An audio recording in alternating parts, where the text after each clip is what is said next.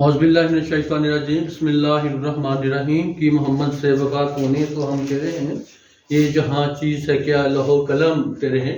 My friend, मेरा नाम doctor Mohammad Iqbal Kashif है। मैं अमीर हूँ मैं मेडिकल कॉलेज में मटीरियल मेडिका और फिलासफी पढ़ाता हूँ। आजकल हम डॉक्टर कैंट साहब के ऑब्जर्वेशन पढ़ रहे हैं। तो आज 8वां यानी 8th ऑब्जर्वेशन है जो यहाँ पर अपलोड किया जा रहा है। तो ये 8वां ऑब्जर्वेशन ये है कि symptoms of the remedy administered appear, यानी जो जब पेशेंट को दवा दी गई, दवा देने के बाद उस पेशेंट के अंदर जो अलामात की अपनी सिम्टम थी वो शो होना शुरू होगी। यानी कि अलामात वो अलामात जो पेशेंट के अंदर नहीं थी, हालांकि वो उस दवा की अलामत थी, पेशेंट के अंदर भी वो अलामत थी, लेकिन वो छुपी हुई थी। वाइटल फोर्स ने अभी उन अलामत को उबारा नहीं था। ठीक है, जो उबारा था जिनकी बेस के ऊपर दवा को सेलेक्ट किया गया वो तो थी ही थी, लेकिन उनके अलावा नई अलामत जो दवा की अपनी थी वो उसके अंदर ज़ाहिर होना शुरू हो गई।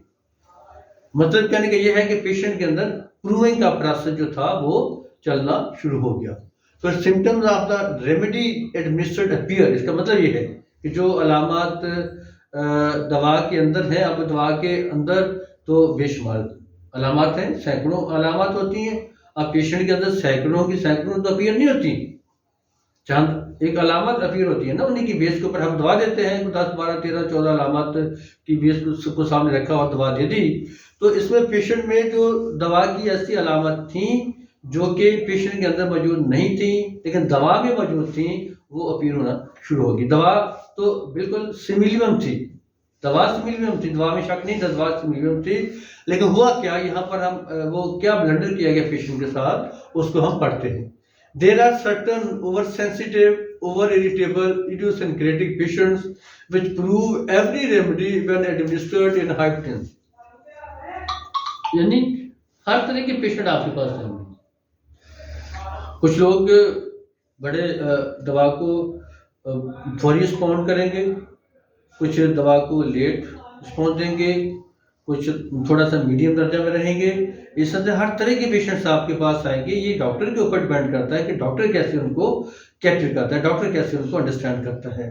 तो ये पेशेंट ऐसा था जिसको दवाई देने के बाद उसी दवा की सिम्टम बाहर आनी शुरू होगी। बेसिकली ये ओवर सेंसिटिव, इंतहाई हसास, मामूली सी बात ओवर का मतलब होता है कि कोई चीज अपनी जगह से ऊंची चली गई।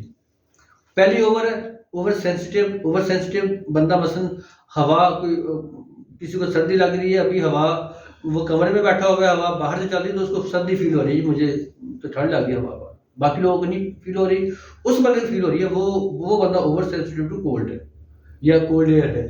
तो इस तरह के लोग भी आपको मिलेंगे बहुत ज़्यादा। बाद लोग ऐसे भी होंगे कि वो उसको एंजॉय करेंगे, बाद लोग इसी को कहेंगे यार मुझे तो ठंड लग रही है, बाद लोगों को कुछ भी नहीं पता चलेगा। तो ये लोग वो होते हैं जो कि ओवर सेंसिटिव होते हैं, ओवर इरिटेबल होते हैं, मामूली सी बात पर वो आप से बाहर हो जाते हैं, गुस्से में आ जाते हैं। इस तरह के लोगों का भी लोगों से भी आपको वास्ता पड़ेगा। क्लिनिक पे आएंगे, आपकी प्रैक्टिस में आएंगे, तो जो मिस्टेक्स इन लोगों के साथ हमने की आप लोग ना करें। आप लोग इसलिए ये बताया जा रहा है पहले कि ये मत समझिए कि सारे आपके पास बड़े शरीफ पेशेंट आएंगे। मेरा मतलब है कि वो एक ही तरह के पेशेंट होंगे। मतलब कहने का ये है कि उनकी जो सेंसिटिविटी है वो एक ही तरह की होगी या वो इरिटेबल नहीं होंगे। तो बड़े वो आपकी बात जैसे आप कहीं मानते जाएंगे, ऐसा नहीं होगा। हर तरह के पेशेंट आएंगे, ये डॉक्टर को जज करना है कि वो किस तरह का पेशेंट है, तो ऐसे पेशेंट को दवा आपने किस तरह से देनी है। तो ये patient over sensitive, over irritable, idiosyncratic patients होते हैं, यानी इंतहाई ज़्यादा सेंसिटिविटी इनके अंदर पैदा होती है, मौजूद होती है। विच prove every remedy when administered in high frequency. In patients को अगर हाई फ्रीक्वेंसी में दवा दे देते हैं तो वो उसी दवा के सिम्टम्स उनके अंदर आना शुरू हो जाती हैं, यानी कि उनकी प्रूविंग शुरू हो जाती है पेशेंट की। उन पेशेंट्स उस दवा के अंदर प्रूविंग शुरू हो जाती है। These patients should not be administered potencies above 200C in acute diseases and 500C in chronic diseases. ये डॉक्टर कैंट साहब कह रहे हैं कि अगर कोई पेशेंट, अभी इसमें आप अपने एक्सपीरियंसेस भी बीच में ला सकते हैं, 30% भी दे सकते हैं। तो डॉक्टर कंसल्ट करते हैं किसी को हाई पोटेंसी आपने बहुत देनी है तो एक्यूट केसेस में 200 पोटेंसी से ज़्यादा आप आगे न जाएं। एक्यूट में जो एग्रीवेशन होगा वो भी वायलेंट होगा, फिर ज़्यादा मसला बनेगा। तो जो क्रॉनिक केसेस हैं उनमें आप 500 से ज़्यादा ना दें, और रेपिटेशन तो इसमें बहुत ही खतरनाक है। ओवर सेंसिटिव पेशेंट के अंदर तो रेपिटेशन आपने की नहीं है तो काम खराब किया नहीं है। इस तरह से हमारे these oversensitive patients are very useful from the standpoint of proving of medicine. हाँ, ये पेशेंट डॉक्टर को तो तंग करते हैं दवाई के हवाले से, तो कभी मुझे ये हो गया वो हो गया।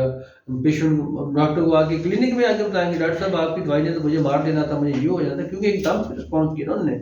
अलामात की जो डिजीज़ की अपनी सिम्टम थी, जो आपकी आर्टिफिशियल मेडिसिन थी, जो आर्टिफिशियल डिजीज़ थी आपकी, जो दवा थी, जब उसकी अपनी ही अहम अलामात भी उसके अंदर आएंगी तो वो तो पहले तो 10-12 अलामत 4-5 अलामत फील कर रहा था, वो बहुत सारी अलामत फील कर रहा है। वो तो कहेगा मैं किस मुसीबत में चला गया। तो हुआ यही है कि वो उसकी जो वाइटल फोर्स है, उसका जिस्म है, वो बहुत ही सेंसिटिव है। उसने उसको मामूली सी दवाई तो आपने हाई टेंसी में दे दी ना, हाई टेंसी में जब दवाई दी है तो उसने बहुत ज़्यादा आगे से जो ऐसा रिस्पॉन्स दिया कि जो अलामात दवा की अपनी थी वो भी एकदम से शो होना शुरू हो गई।